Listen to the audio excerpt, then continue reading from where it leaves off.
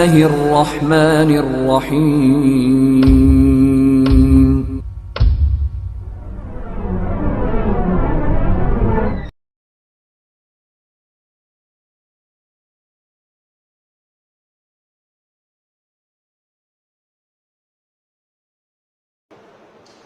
محترم حضرات،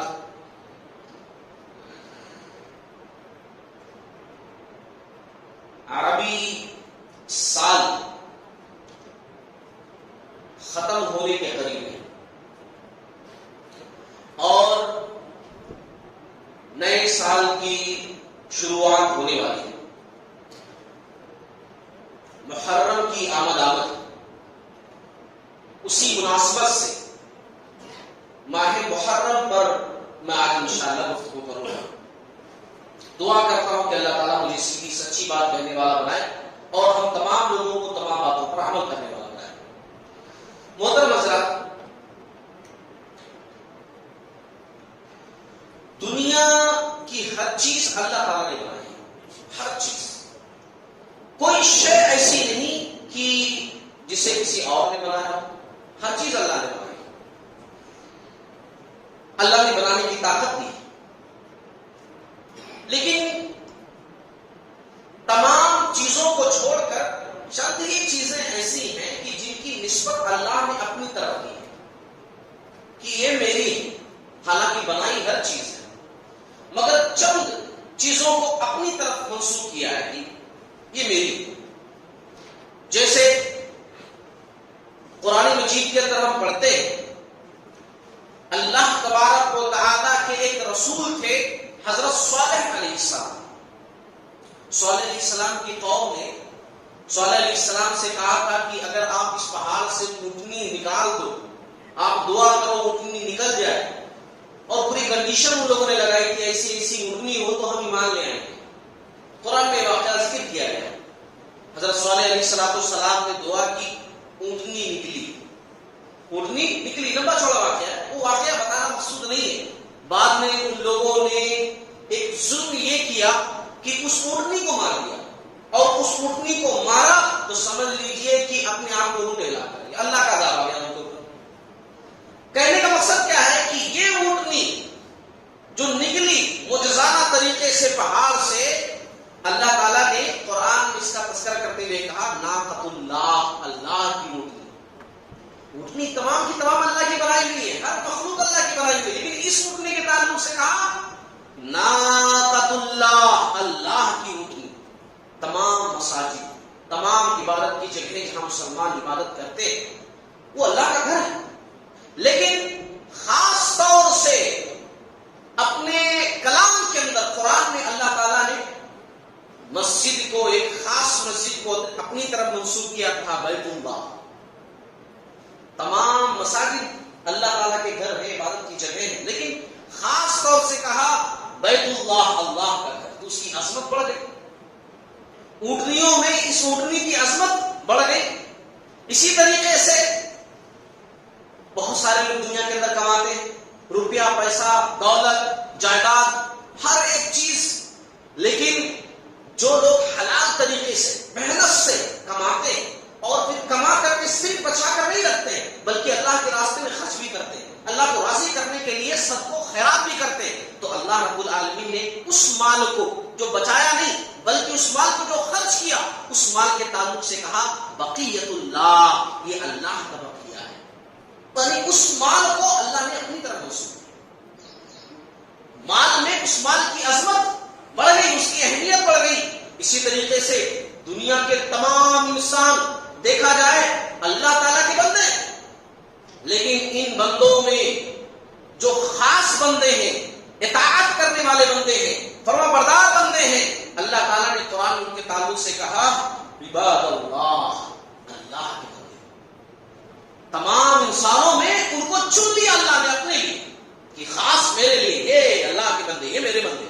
ایسے ہی تمام مہینے اللہ نے بنائے، ہر مہینہ اللہ کا بنایا ہوا ہے. رمضان بھی ہے، ذوالحجہ بھی ہے، تمام مہینے. لیکن محرم کے تعلق سے کہا گیا، صحیح مسلم کی حدیث ہے، شہر اللہ المحرم، اللہ کا مہینہ محرم. تو تمام مہینوں میں اس مہینے کی عظمت زیادہ ہے. یہ بتانا مقصود ہے. اس کی نسبت خاص طور سے اللہ کی طرف. شہر اللہ المحرم، اللہ کا مہینہ محرم، تو اس کی عظمت اپنے آپ میں زیادہ ہو گئی، بہت زیادہ بڑھ گئی. اچھا، یہ مہینہ حرمت والے مہینوں میں سے ایک ہے. ایک عظمت اس کی یہ بھی ہے، اللہ تعالیٰ نے 12 مہینے بنائے. 12 مہینے اللہ نے بنائے ہیں. جو آیت میں نے پڑھی ہے سورہ توبہ کی، اللہ رب العالمین نے اس آیت کے اندر کہا ہے کہ بے شک اللہ تعالیٰ کے نزدیک جب سے آسمان و زمین کی تخلیق ہوئی ہے تب سے ہی مہینوں کی گنتی 12 ہے. تب سے ہی، آج نہیں، تب سے ہی 12 ہے. لیکن ان 12 میں سے 4 مہینے حرمت والے مہینے، اور ان حرمت والے مہینوں میں اپنے آپ پر غلطی نہیں کرنا، ظلم نہیں کرنا، کوئی گناہ نہیں کرنا. قرآن میں سورہ توبہ میں آیت نمبر 36 میں اللہ نے صاف لفظوں میں کہہ دیا. اب وہ 4 مہینے لگاتار جو ہے 3 مہینے حرمت والے ہیں، ذوالقعدہ، ذوالحجہ اور محرم. ذوالقعدہ اس سے پہلے والا مہینہ، ذوالحجہ جو چل رہا ہے ذوالحجہ، اور پھر جو مہینہ آ رہا ہے جس کے تعلق سے میں بات کر رہا ہوں محرم. یہ 3 حرمت والے، اور ایک مہینہ اور بھی بیچ میں ہے رجب. یہ 4 مہینے حرمت والے ہیں. عرب والے بھی نا، اسلام جب نہیں آیا تھا، آپ صلی اللہ علیہ وسلم نے اسلام کی تبلیغ نہیں کی تھی، تب بھی عرب کے لوگ ان مہینوں کی حرمت کا لحاظ کرتے تھے. ہاں یہ الگ بات ہے کہ ذرا الٹی سیدھی کر دیتے تھے، مہینوں کو بدل دیتے تھے. حرمت والا مہینہ جیسے محرم ہے فار ایگزامپل، اب ان کو حرمت والے مہینے میں لڑنے کا حکم نہیں کہ بھئی یہ مہینہ حرمت والا ہے، اس میں لڑنا نہیں ہے. تو وہ لوگ کیا کرتے تھے زمانے جاہلیت نا، وہ لوگ کیا کرتے تھے، کہتے تھے یہ محرم نہیں ہے، یہ کوئی دوسرا مہینہ ہے، ہم آنے والے مہینوں کو محرم ڈکلیئر کریں گے اور اس میں لڑ لیتے تھے. یعنی مہینوں کو اپنے حساب سے چینج کر دیتے تھے وہ لوگ. لیکن اتنا خیال ضرور کرتے تھے کہ یہ نام رکھ کر کے اس میں لڑنا نہیں ہے، اتنا خیال کرتے تھے زمانے جاہلیت میں بھی. اور اسلام جب آیا تو اسلام نے خاص طور سے تنبیہ کی کہ دیکھو یہ حرمت والا مہینہ ہے، کسی مہینے کے اندر غلطی نہیں کرنا ہے، کسی مہینے کے اندر گناہ نہیں کرنا ہے، کسی مہینے کے اندر معاصی کا ارتکاب نہیں کرنا ہے. لیکن ان 4 مہینوں میں خاص طور سے گناہ سے بچنا ہے، خاص طور سے، کیونکہ ان مہینوں میں اگر گناہ کوئی شخص کرتا ہے تو اس کی سزا زیادہ ہوتی ہے، اس کا گناہ زیادہ پڑتا ہے. ان مہینوں میں اگر کوئی غلطی کرتا ہے تو اس کا وبال زیادہ ہوتا ہے. جیسے مثال کے طور پر ایک شخص ہے، وہ باہر غلطی کرے، مسجد سے باہر، تب بھی غلطی ہے، تب بھی گناہ ہے. لیکن مسجد کے اندر کرے تو اور زیادہ گناہ ہے نا. کسی بھی مہینے کے اندر غلطی کرے، غلطی ہے، گناہ ہے. رمضان میں کرے تو اور زیادہ گناہ ہے. تو ایسے ہی یہ حرمت والے مہینے ہیں، ان کے اندر غلطی کرنا، ان کے اندر گناہ کرنا جو ہے وہ اور زیادہ سزا کو بڑھا دیتا ہے. اللہ کی نظروں میں وہ شخص اور بڑا مجرم مانا جاتا ہے جو حرمت والے مہینوں کے اندر غلطی اور گناہ کا ارتکاب کرتا ہے. اچھا، یہ ایک اور فضیلت ہو گئی ماہ محرم کی. اور تاریخ کے لحاظ سے دیکھا جائے تو ماہ محرم کے تعلق سے 2 تاریخیں یاد رکھیے، ہسٹری کی 2 باتیں یاد رکھیے. نمبر 1 بات کیا یاد رکھیے؟ ایک بات یہ یاد رکھیے کہ اسلامی کیلنڈر کی جو ابتدا ہے نا، جو شروعات ہے نا، وہ دراصل ہجرت کے واقعے سے. اور آپ صلی اللہ علیہ وسلم نے ہجرت کب کی ہے؟ آپ صلی اللہ علیہ وسلم نے ہجرت ماہ محرم میں کی. ذوالحجہ کا اواخر، ماہ محرم کی شروعات، آپ صلی اللہ علیہ وسلم نے جو ہے ہجرت کی ہے. تو جو ہجرت کیا آپ صلی اللہ علیہ وسلم نے، اسی پر اسلامی کیلنڈر ہے. دنیا کو بنے ہوئے 1444 ہجری نہیں ہوئے، بلکہ آپ صلی اللہ علیہ وسلم کی ہجرت کے اتنے 100 سال ہو چکے ہیں، یہ بتایا جا رہا ہے. اسلامی کیلنڈر آپ صلی اللہ علیہ وسلم کی ہجرت پر ہے. اور ہجرت کس مہینے میں آپ صلی اللہ علیہ وسلم نے کی تھی؟ مدینہ والے آئے تھے ذوالحجہ میں، حج کے ایام میں بات چیت ہوئی تھی، بیعت ہوئی تھی، اور آپ صلی اللہ علیہ وسلم نے اس کے بعد جو ہجرت کی ہے ذوالحجہ کے بعد کون سا مہینہ؟ محرم میں آپ صلی اللہ علیہ وسلم نے ہجرت کی. تو جب صحابہ کرام کا خلافت کا دور آیا، آپ صلی اللہ علیہ وسلم کی زندگی میں اسلامی کیلنڈر نہیں تھا. یہ بات جان لیجیے، ہسٹری کی بات بتا رہا ہوں میں، اچھے سے سنیے. آپ صلی اللہ علیہ وسلم کی زندگی میں کیلنڈر اسلامک نہیں تھا. ابو بکر صدیق رضی اللہ تعالیٰ عنہ کے دور میں بھی نہیں تھا. سن 17 ہجری میں عمر رضی اللہ تعالیٰ عنہ کے دور خلافت میں کیا ہوا کہ ایک مشکل پیش آئی، اور اس کی طرف جو اشارہ کیا ابو موسیٰ اشعری ایک صحابی تھے رضی اللہ تعالیٰ عنہ، انہوں نے کیا. وہ کہیں کے گورنر تھے. اب جو لیٹر جاتے تھے سینٹر کی طرف سے، مدینہ کی طرف سے، دارالخلافہ کی طرف سے، تو اس میں مہینہ تو رہتا تھا مگر سال رہتا ہی نہیں تھا. اب 1 سال 2 سال 3 سال کے اگر خطوط جمع ہو گئے تو مہینے تو ملتے جلتے ہیں، فلاں مہینے میں لیٹر آئے ہیں مگر کس سال آئے؟ بڑی کنفیوژن. ابو موسیٰ اشعری رضی اللہ تعالیٰ عنہ نے عمر رضی اللہ تعالیٰ عنہ سے کہا کہ دیکھیے ہمارا کیلنڈر ہونا چاہیے تاکہ ہم جو ہے باقاعدہ پورا مینشن ہے کس سال میں یہ لیٹر لکھا گیا ہے، کس تاریخ کو، کس مہینے میں، کنفیوژن نہ رہے. اب صحابہ کرام بیٹھ گئے کیلنڈر بنانے کے لیے، اسلامک کیلنڈر، اس کی بنیاد رکھنے کے لیے، اسلامک کیلنڈر ہو، اس کی بنیاد رکھنے کے لیے صحابہ بیٹھ گئے، مشورہ کرنے لگے کہ کیا کیا جائے کیا کیا جائے کیا کیا جائے. کسی نے کہا کہ بدر والا دن جو تھا وہاں سے شروع کیا جائے، اس پر بنیاد رکھی جائے کہ بدر والا دن، وہاں سے کیلنڈر شروع کریں کیونکہ زبردست جنگ تھی. کسی نے کچھ مشورہ دیا، کسی نے کچھ مشورہ دیا، لیکن جو ہے تمام لوگوں کی متفقہ رائے ہوئی. بعد میں عمر رضی اللہ تعالیٰ نے بھی زور دیا کہ نہیں، ہجرت کے واقعے پر اسلامی کیلنڈر رکھتے ہیں. اسی لیے آج ہم ہجری بولتے ہیں، ہے نا، ہجری بولتے ہیں، ہجرس. دنیا کے اندر اس وقت بھی کیلنڈر موجود تھے، ایسا نہیں تھا کہ یہ فرسٹ کیلنڈر تھا. دنیا کے اندر بڑے کیلنڈر موجود اور آج بھی موجود ہے بڑے کیلنڈر. لیکن جتنے بھی کیلنڈر پائے گئے ہیں دنیا کے اندر اس وقت آج موجود ہیں، چاہے وہ عیسوی ہو جو ہم چلتے ہیں لے کر کے سن 2023، کوئی بھی کیلنڈر آپ دیکھیں گے کسی کی پیدائش، کسی کی وفات، کسی کا گدی نشین ہونا یعنی کہ کرسی پر بیٹھنا، سلطنت کو سنبھالنا، کسی بڑے تیوہار کے نام پر، کسی بڑے آدمی کی پیدائش پر ان کی بنیاد رکھی گئی، وہاں سے وہ کیلنڈر شروع کیا گیا ہے.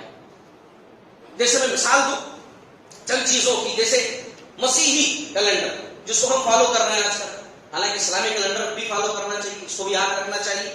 مسیحی عیسیٰ علیہ السلام کی پیدائش، یعنی عیسیٰ علیہ السلام کی پیدائش سن 2023. ایسا نہیں کہ دنیا کی شروعات ہوئے 2023 سال ہو چکے ہیں، ایسا نہیں ہے. دماغ کے اندر رکھیے یہ تو عیسیٰ علیہ السلام سے شروع ہے، سن 2023 اس کو بولتے ہیں. اور یہودیوں کے پاس جو کیلنڈر، فلسطین پر سلیمان علیہ السلام جب تخت نشین ہوئے تھے تو وہاں سے انہوں نے اپنا کیلنڈر بنایا. اور اسی طریقے سے بکرمی کیلنڈر، بکرما جیت، راجا بکرما جیت ایک راجا تھا، اس کی پیدائش سے کیلنڈر لیا گیا. اور رومی کیلنڈر سکندر اعظم کی پیدائش پر اس کو بنیاد بنا کر رکھا گیا. ایک کیلنڈر بنائے گئے. مگر قربان دی صحابہ کرام پر کیا سوچ کی انہوں نے کہ اسلامی کیلنڈر کی بنیاد انہوں نے رکھی تو کس پر رکھی؟ ہجرت کے واقعے پر. حالانکہ دیکھا جائے تو ہجرت کا واقعہ بظاہر کوئی گریٹ واقعہ نظر نہیں آتا. رسول اللہ صلی اللہ علیہ وسلم اپنی جان بچا کر کے مکہ سے مدینہ جا رہے ہیں. اس میں کون سی بڑی بات تھی؟ اس میں تو ایسی بات تھی کہ مجبوری ہے، پریشانی ہے، جان بچانا ہے، یہاں سے وہاں جانا ہے. بظاہر نہیں دکھ رہا نا، لیکن صحابہ کرام نے وہ دیکھا جو اللہ تعالیٰ نے دکھانا چاہا. صحابہ کرام نے دیکھا اور دنیا والوں کو تعلیم دی کہ ہمارے پیارے نبی صلی اللہ علیہ وسلم دراصل جو ہجرت کر کے مکہ سے مدینہ آئے اس کا فائدہ یہ ہوا کہ اسلامی اسٹیٹ ایک اسلامی ریاست بنی. اسلامی ریاست کی شروعات ہجرت سے. اتنی بڑی بات انہوں نے سوچی. دراصل وہ کوئی شکست والی بات نہیں تھی، وہ دراصل فتح والی بات تھی کہ ہمارے نبی کس طریقے سے ایک شخص محمد صلی اللہ علیہ وسلم، قربان جائیے ہمارے ماں باپ قربان ہو رسول اللہ صلی اللہ علیہ وسلم کی ذات اقدس پر، آپ صلی اللہ علیہ وسلم کس حالت میں اپنی جان بچا کر کے، جبکہ رشتے دار دشمن، اپنے دشمن، پرائے دشمن، شہر کے تمام لوگ دشمن، ہر کوئی دشمن، ایسے وقت میں صحابہ کرام نے اس واقعے پر جو بنیاد رکھی. یہ نصیحت ملتی ہے کہ کیسے ایک شخص، ایک اللہ کا خاص بندہ کس طریقے سے تمام مشکلات کو جھیل کر کے وہ نیچے سے اوپر جا سکتا ہے، کس طریقے سے حالات کو بدل سکتا ہے. جہاں لوگ اس کی جان لینے والے ہوں ایک اسلامی اسٹیٹ بنا سکتا ہے اگر آدمی کے اندر ہمت ہے، حوصلہ ہے. تو اس لیے صحابہ کرام نے بنیاد کس پر رکھی؟ بنیاد رکھی ہجرت کے بعد. تو ایک تاریخ تو محرم سے یہ آپ یاد رکھیے ہمیشہ جڑی ہوئی ہے، اور دوسری تاریخ یہ جڑی ہوئی ہے کہ 10 محرم کو اللہ تبارک و تعالی نے اپنے ایک بڑے نبی حضرت موسیٰ علیہ السلام اور ان کی قوم بنو اسرائیل کو ایک ظالم بادشاہ فرعون کے ظلم و ستم سے نجات دی تھی. ہاں نجات دی تھی اسی مہینے کے اندر. وہ واقعہ جو قرآن میں ذکر کیا گیا ہے، موسیٰ علیہ السلام اپنی قوم کو لے کر کے چلے، فرعون نے پیچھا کیا، موسیٰ علیہ السلام اور بنو اسرائیل نکل کر دریا سے پار ہو گئے، اللہ نے راستہ بنا دیا، فرعون اور فرعونی غرق ہو گئے. وہ اسی مہینے کا واقعہ ہے، ماہ محرم کا، کہ کس طریقے سے اللہ تبارک و تعالیٰ نے اپنے بندوں کی مدد کی اور ظالموں کو اللہ تعالیٰ نے غرق کر دیا، نیست اور نابود کر دیا، ختم کر دیا. اللہ آج کے ظالموں کو بھی ایسے ہی ختم کر دیا. یہ ایک دوسری تاریخ ہے. پیارے نبی صلی اللہ علیہ وسلم جب مدینہ گئے تو آپ صلی اللہ علیہ وسلم نے یہودیوں کو دیکھا کہ یہودی لوگ جو ہے روزہ رکھ رہے ہیں.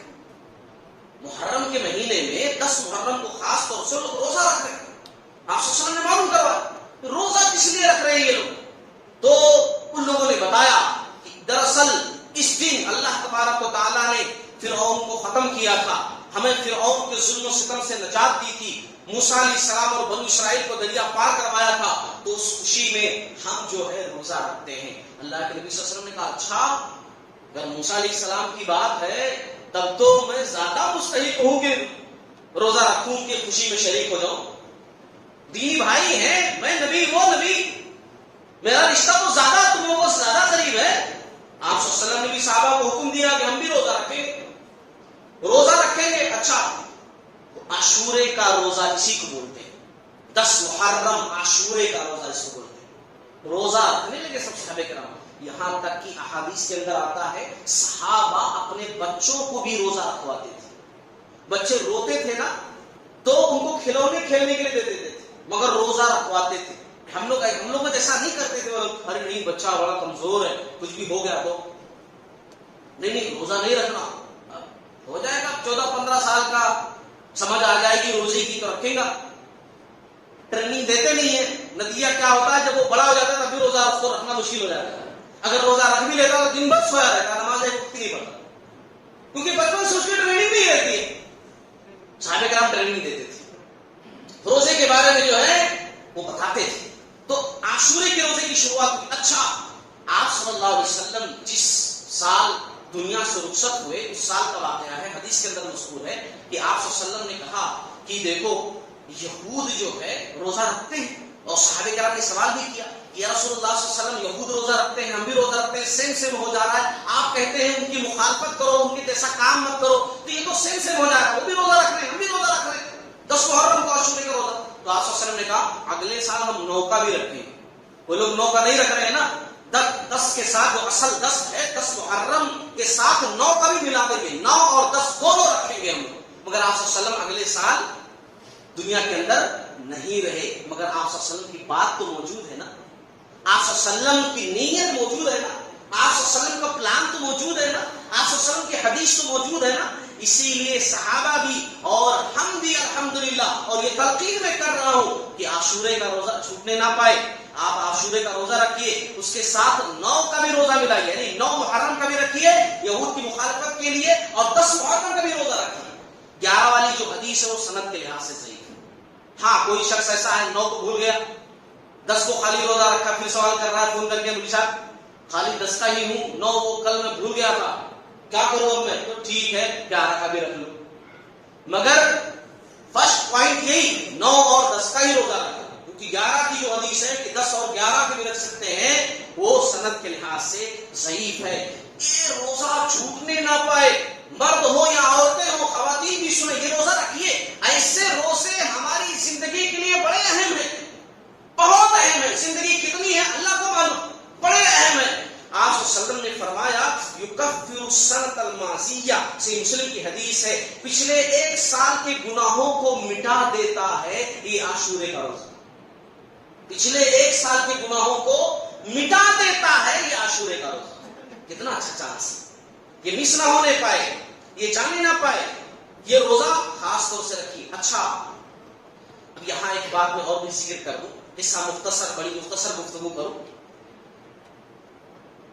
کہیں ایسا تو نہیں لگ رہا آپ لوگوں کو کہ 10 محرم کی فضیلت، ماہ محرم کی فضیلت میں بیان کر رہا ہوں، اس کے پیچھے ایک بہت بڑا واقعہ حسین رضی اللہ تعالیٰ عنہ کی شہادت کا جو اس مہینے میں پیش آیا، وہ اس کی وجہ سے یہ سب فضیلتیں نہیں. حسین رضی اللہ تعالیٰ عنہ کی شہادت کا واقعہ کربلا میں آپ صلی اللہ علیہ وسلم کی وفات کے 50 سال کے بعد کا ہے. اور یہ فضیلتیں جو میں بیان کر رہا ہوں کہ نبی نے فرمایا روزہ رکھو، نبی روزہ رکھتے تھے، وہ آپ صلی اللہ علیہ وسلم کی زندگی کا ہے. تو ان دونوں باتوں کا تعلق ہی نہیں ہے آپس میں. سمجھ رہے ہیں آپ لوگ کہ یہ فضیلتیں اپنے آپ میں ہیں، اس لیے نہیں کہ اس مہینے کے اندر نواز رسول جنت میں نوجوانوں کے سردار حسین رضی اللہ تعالی عنہ کی شہادت کا واقعہ پیش آیا جس کی وجہ سے اس مہینے کی عظمت ہے اور جس کے لیے میں گفتگو کر رہا ہوں. نہیں، ان کا واقعہ تو آپ صلی اللہ علیہ وسلم کی دنیا سے رخصتی کے 50 سال کے بعد کا ہے. ان کا واقعہ ہے نا. میں یہ نہیں کہہ رہا ہوں حسین رضی اللہ تعالیٰ عنہ کی عظمت نہیں ہے، حسین رضی اللہ عنہ کی بڑی عظمت ہے. آپ صلی اللہ علیہ وسلم ایک مرتبہ حسن حسین رضی اللہ تعالیٰ عنہ کو سے کندھے پر بٹھائے ہوئے تھے. حسن حسین رضی اللہ عنہ کو کندھے پر بٹھائے ہوئے تھے اور آپ صلی اللہ علیہ وسلم سے لے کر جا رہے تھے. ایک صحابی پوچھے آپ ان سے بڑی محبت کر رہے ہیں؟ ہاں بڑی محبت کرتا ہوں میں ان سے، بڑی محبت کرتا ہوں. اور سن لو، جس نے ان سے محبت کی اس نے مجھ سے محبت کی، اور جس نے ان سے محبت نہیں کی اس نے مجھ سے بھی محبت نہیں کی. ایک موقع پر آپ صلی اللہ علیہ وسلم نے کہا کہ یہ جنت کے پھول ہیں، یہ میرے دونوں نواز.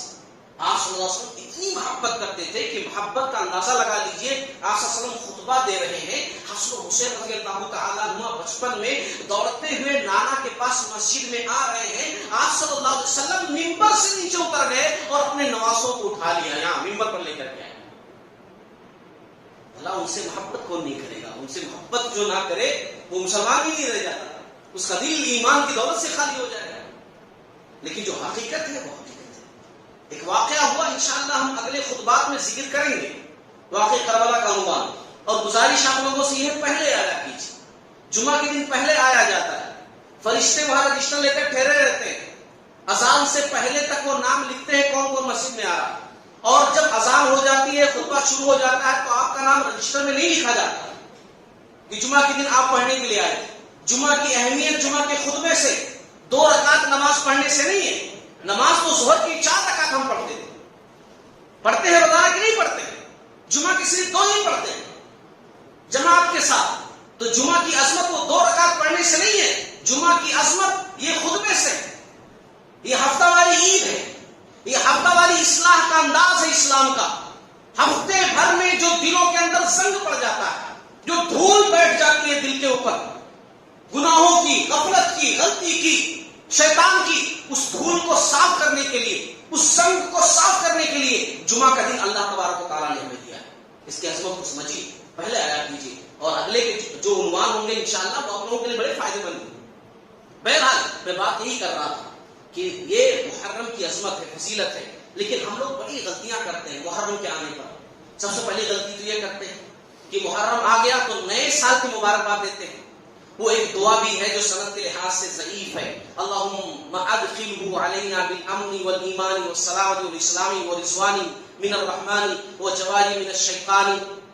ابن کثیر رحمۃ اللہ علیہ نے، حافظ ابن حجر رحمۃ اللہ علیہ نے اس حدیث کو، اس کی سند کو ضعیف قرار دیا ہے.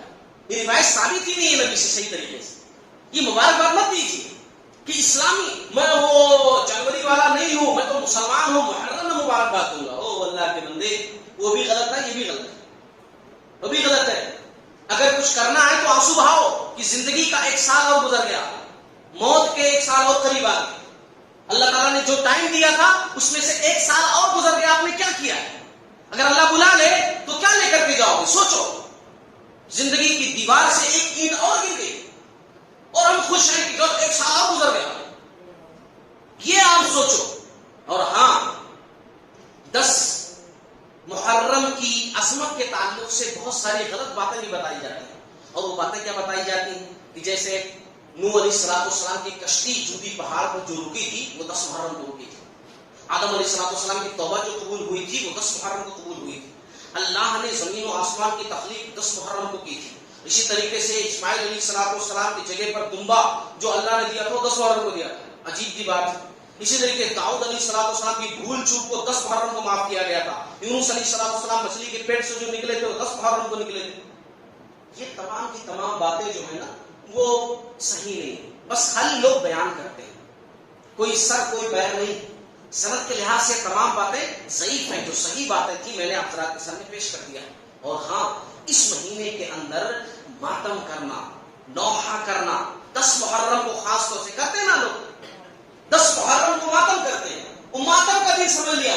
ابھی میں نے بتایا کہ محرم کی کتنی عظمت ہے، 10 محرم کو روزہ رکھتے تھے ہمارے نبی، 10 محرم کو روزہ رکھتے تھے صحابہ کرام، 10 محرم کو روزہ رکھنا چاہیے۔ عاشورے کا روزہ، 1 سال جو گزر چکا، گناہوں کا کفارہ، روزے کی جزا، اور ہم دیکھتے ہیں لوگ شربتیں بانٹ رہے، بریانی کھلا رہے ہے نہیں؟ ایسا لگ رہا ہے بہت سارے لوگ ایسے ہیں روڈ پر نکلے ہوئے، یہ نبی کا طریقہ ہے۔ ایک واقعہ جو اسلام کی تکمیل کے بعد ہوا، اسلام مکمل ہو گیا نبی کی زندگی میں، قرآن مکمل ہو گیا نبی کی زندگی میں، 50 سال کے بعد ایک واقعہ ہوا اور اس کو اسلام سے جوڑ کر کے وہ کرنے لگے جو کرنا نہیں چاہیے۔ ہاں، بڑا غمناک واقعہ ہوا، بہت بڑا حادثہ ہوا، تسلیم ہے تسلیم ہے تسلیم ہے، مگر کیا ایسا کرنا صحیح؟ ماتم کرنا، سینہ کوبی کرنا، چاقواں مارنا، خون بہانا۔ رسول اللہ صلی اللہ علیہ وسلم کی حدیث سنو، آپ صلی اللہ علیہ وسلم نے فرمایا لیسا منا من لطم الخدود وشق الجیوب ودعا بدعوى الجاہلیہ، کہ جس نے رخساروں پر تماچے مارے، ایسا غم میں آ کر گئے، ارے کیوں کر دیا، کیوں کر دیا، ایسا کیسے ہو گیا، اپنے آپ کو مارا، گریبانوں کو چاک کیا، بھاگ گیا، ایسے ہی جاہلیت کی طرح پکارا، ہائے میرا فلاں، جسے لوگ پکارتے ہیں نام لے لے کر کے، نام لے کر کے پکارتے ہیں۔ اس گھر کی خواتین کی یہ عظمت اور یہ رفعت ہے کہ اس گھر کی خواتین کی اگر کوئی عورت باندی بننا چاہتی تھی نا تو خوش نصیب سمجھتی تھی اپنے آپ کہ میں آل رسول کے گھر کی باندی ہوں، آل رسول کے گھر کی کنیز ہوں۔ اس گھر کی خواتین میوزک، یہ تمام چیزیں تو سوچئے، ایسی کوئی لہو لعیب گندی چیزیں ان کے خیالوں میں نہیں آتی۔ اس گھر کی خواتین کا نام لوگ روڈوں پر لیتے ہیں، آل رسول اہل بیت کے ناموں کا تذکرہ کس طرح کیا جاتا ہے روڈوں پر، لوگ سمجھتے ہیں یہ محبت رسول، اور کوئی سمجھائے کہ نہیں ایسا نہیں کرنا چاہیے تو وہ دشمن اہل بیت ہے، وہ غلط ہے، وہ ماننے والا نہیں ہے، وہ انکار کرنے والا ہے، وہ شیطان کا ساتھی، یہی سب کہا جاتا ہے۔ سمجھتے نہیں جو ہم سمجھانا چاہ رہے ہیں۔ آپ صلی اللہ علیہ وسلم نے فرمایا گریبانوں کو چاک کیا، جاہلیت کی طرح پکارا، اور مصیبت کے وقت ہلاکت اور موت کو پکارا، مارا اپنے آپ کو۔ آپ صلی اللہ علیہ وسلم نے کہا وہ مجھ میں سے نہیں ہے، ہم میں سے نہیں ہے، مسلمان میں سے نہیں ہے۔ تو مسلمان بول کر کے نبی کے اہل بیت کی محبت میں ایسا کر رہے تھے نا، آپ صلی اللہ علیہ وسلم نے کہا وہ ہم میں سے ہی نہیں ہے، نہیں ہے وہ ہم میں سے۔ آپ صلی اللہ علیہ وسلم نے سختی سے منع کیا۔ اب کوئی شخص کہے نہیں یہ بہت بڑا واقعہ ہوا، ہمیں بڑا غم ہے، شہید ہو گئے۔ اسلام کے اندر شہادتیں بہت ہوئی، بہت سارے لوگ ہیں۔ ماہ محرم ہے نا، محرم کا مہینہ، اس مہینے کے اندر اتنا بڑا واقعہ ہوا تو یہ مہینہ ٹھیک نہیں ہے، رسول کے نواسے کو شہید کر دیا گیا، یہ مہینہ ٹھیک نہیں ہے، شادی مت کرو، کاروبار کی شروعات مت کرو، کوئی اچھا کام مت کرو، ایسے ہی ہوتا نا لوگوں کے اندر، کسی چیز کی اچھی چیز کی ابتدا مت کرو، یہ مہینہ اچھا نہیں ہے، محرم کا مہینہ ہے، ماتم والا مہینہ ہے، اس مہینے کے اندر کوئی رشتوں کی بات مت کرو، نکاح مت کرو، اگر ایسا ہے نا تو سال بھر بھی نہیں کر سکتے. اسلام کے اندر کوئی ایسا مہینہ نہیں ہے جس میں صحابہ نے قربانیاں نہ دی، اللہ کے بندوں نے قربانیاں نہ دی. کوئی مہینہ ایسا نہیں. میں آپ کو ایگزامپل بتا دیتا ہوں. دیکھو ماہ محرم، اب آپ ایک ہی شہادت جانتے ہو، حسین رضی اللہ تعالیٰ کی شہادت. اسی ماہ محرم میں عمر رضی اللہ تعالیٰ کو شہید کیا گیا. اسی ماہ محرم میں، یاد ہے کسی کو؟ ایک ہی شہادت خالی یاد ہے. عمر رضی اللہ تعالیٰ کی شہادت اسلام کے لیے چھوٹی شہادت ہے، چھوٹی شہادت. اسی مہینے میں شہید کیے گئے. اور میں سناؤں آپ لوگوں کو، سفر کے مہینے میں حسن بن علی رضی اللہ عنہ کو شہید کیا گیا. ان کا انتقال اسی میں ہوا، سفر کے مہینے میں. ربیع الاول آپ صلی اللہ علیہ وسلم کی وفات. ربیع الاخر عمر رضی اللہ تعالیٰ کے دور میں ایرانیوں کے خلاف لڑتے ہوئے 30,000 مسلمان شہید ہوئے تھے. جمادی الاول حضرت ابوبکر صدیق رضی اللہ تعالیٰ کا انتقال. عبادہ بن صامت رضی اللہ تعالیٰ عنہ کی، عبادہ بن قیس رضی اللہ تعالیٰ عنہ کی شہادت. جمادی الاخر فاطمہ رضی اللہ تعالیٰ عنہ، خالد بن ولید رضی اللہ تعالیٰ عنہ کا انتقال. رجب امیر معاویہ رضی اللہ تعالیٰ عنہ کا انتقال. سعد بن عبادہ، اسید بن حضیر، زید بن ثابت رضی اللہ تعالیٰ عنہ کا انتقال. شعبان عائشہ رضی اللہ تعالیٰ عنہا کا انتقال. اور بنت رسول ام کلثوم رضی اللہ تعالی عنہا کا انتقال. رمضان علی رضی اللہ تعالی عنہ کی شہادت. شوال حمزہ رضی اللہ تعالی عنہ کی شہادت. ذوالقعدہ زینب بنت خزیمہ جو آپ صلی اللہ علیہ وسلم کی بیوی تھی، ان کا انتقال. ذوالحجہ سعد بن معاذ رضی اللہ تعالی عنہ کی وفات. اور عثمان غنی رضی اللہ تعالی عنہ کی شہادت. پورا ہر مہینے میں کسی نہ کسی کی وفات ہوئی ہے، کسی نہ کسی کی شہادت ہوئی ہے. آپ شہادت ہوئی اس مہینے میں تو نہیں کریں گے تو کسی مہینے میں نہیں کر سکتے، پوری زندگی نہیں کر سکتے. کوئی مہینہ خالی نہیں ہے. ہر مہینے میں کسی نہ کسی بڑے شخصیت کی وفات ہوئی ہے، شہادت کا واقعہ پیش آیا. یہ جو آپ دیکھ رہے ہو نا، ڈھول پیٹ رہے ہیں آل رسول کے نام پر، باجے بجا رہے ہیں، بریانیاں کھا رہے ہیں، شربتیں اچھی اچھی بانٹ رہے، پی رہے، روزہ نہیں رکھ رکھتے، نبی کی سنت کو چھوڑ کر کے شربتیں بانٹ رہے، شربتیں پی رہے، الما لے کر کے گھوم رہے ہیں. کیا سے کیا کر رہے ہیں؟ نوٹنکی کر رہے ہیں. یہ کیوں ہو رہا معلوم؟ اس کی وجہ یہ بندہ ہے معیز الدولہ احمد بن بوائے. اللہ کی لعنت ہو اس شخص پر، لعنت ہو اللہ تعالیٰ کے اس شخص پر. احمد بن بوائے دیلوی معیز الدولہ، یہ شخص عراق میں شیعوں کی حکومت تھی، بغداد میں رافضیوں کی، اور سب سے پہلے رافضیت کو کھلے عام پرچار کرنے والا یہی سنیوں کے بیچ میں، یہی ہے بغداد میں. اس نے 351 ہجری میں پہلا کام یہ کیا. جب اس کو حکومت آئی، پاور ملا، تو اس نے مسجد کے پاس گیٹ پر صحابہ کرام کے خلاف اور اما عائشہ رضی اللہ تعالیٰ کے خلاف ایسے لکھوائے جملے، لعنت والے جملے، ان پر لعنت اس نے لکھوائے. اور پھر 352 میں اس نے کیا کیا، باقاعدہ کہا کہ 10 محرم کو سب ماتم کریں گے، دکانیں بند رہیں گی، کاروبار بند رہیں گے، سب عورتیں مرد سب روڈوں پر نکلیں گے. اس نے شروع کیا احمد بن بوائے نے. اور پھر اس کے بعد 353 کے اندر اس نے سنیوں سے بھی کہا، صرف شیعہ کرتے تھے، رافضی کرتے تھے، اس نے سنیوں سے کہا تم بھی کرو بطور طاقت. لڑائی ہوئی، سنیوں نے کہا نہیں کریں گے، ہم کیوں کریں، غلط کام ہے، ہم سنت پر عمل کرنے والے، ہم یہ نہیں کریں گے. لڑائی ہوئی تھی. آپ تاریخ اسلام اٹھا کر دیکھ لیجیے، تمام باتیں موجود ہیں. لڑائی ہوئی تھی، مگر افسوس کی بات تو یہی ہے نا کہ آج ہم سنی ہیں، سنی پھر بھی کر رہے. وہاں لوگ لڑ پڑے تھے بیچارے، اور یہاں سنی بول کر کے، اہل حق بول کر کے، ہم فلاں تو ہم فلاں، ہم اتنے بڑے، اور سب کچھ کر رہے ہیں. وہی کام کر رہے جو لوگ کروانا چاہتے تھے. اس لیے اللہ کے بندو سمجھو، وقت ختم ہو چکا ہے. اللہ تعالیٰ سے دعا کرتا ہوں کہ اللہ تعالیٰ ہم تمام لوگوں کو کہنے سننے سے زیادہ عمل کرنے والا بنائے. اس مہینے کی جو مہینہ آنے والا ہے ماہ محرم، اس کی عظمت کو سمجھنے والا بنائے، اس کی فضیلت کو جاننے والا بنائے، اور تاریخی اعتبار سے بھی اس کی اہمیت کو سمجھنے والا بنائے. باری تعالیٰ ہمیں توفیق دے کہ ہم رسول اللہ صلی اللہ علیہ وسلم کی جو سنت ہے، عاشورے کا روزہ، اس کو ضرور رکھیں. شربتیں نہ بانٹیں، شربتیں نہ پئیں، بلکہ جو رسول نے کیا وہ کریں، جو صحابہ نے کیا وہ کریں، اور غلط فہمیاں جو ہیں ان کو دور کریں. اللہ تعالیٰ ہمیں توفیق دے کہ جمعہ کے دن اذان ہونے سے پہلے مسجد میں پہنچے. اللہ ہمیں اس کی توفیق دے. اللہ تعالیٰ ہمارے کپڑوں کی طرح ہمارے دل کو بھی صاف کر دے، ہمارے چہروں کی طرح ہمارے دل کو بھی منور کر دے. باری تعالیٰ ہمیں توفیق دے کہ ہم نیک بن جائیں، سچے بن جائیں، اچھے بن جائیں. جب تک زندہ رکھ اللہ تعالیٰ اسلام پر زندہ رکھ، اور جب خاتمہ ہو تو خاتمہ بالخیر ہو. آمین. وآخر دعوانا الحمدللہ.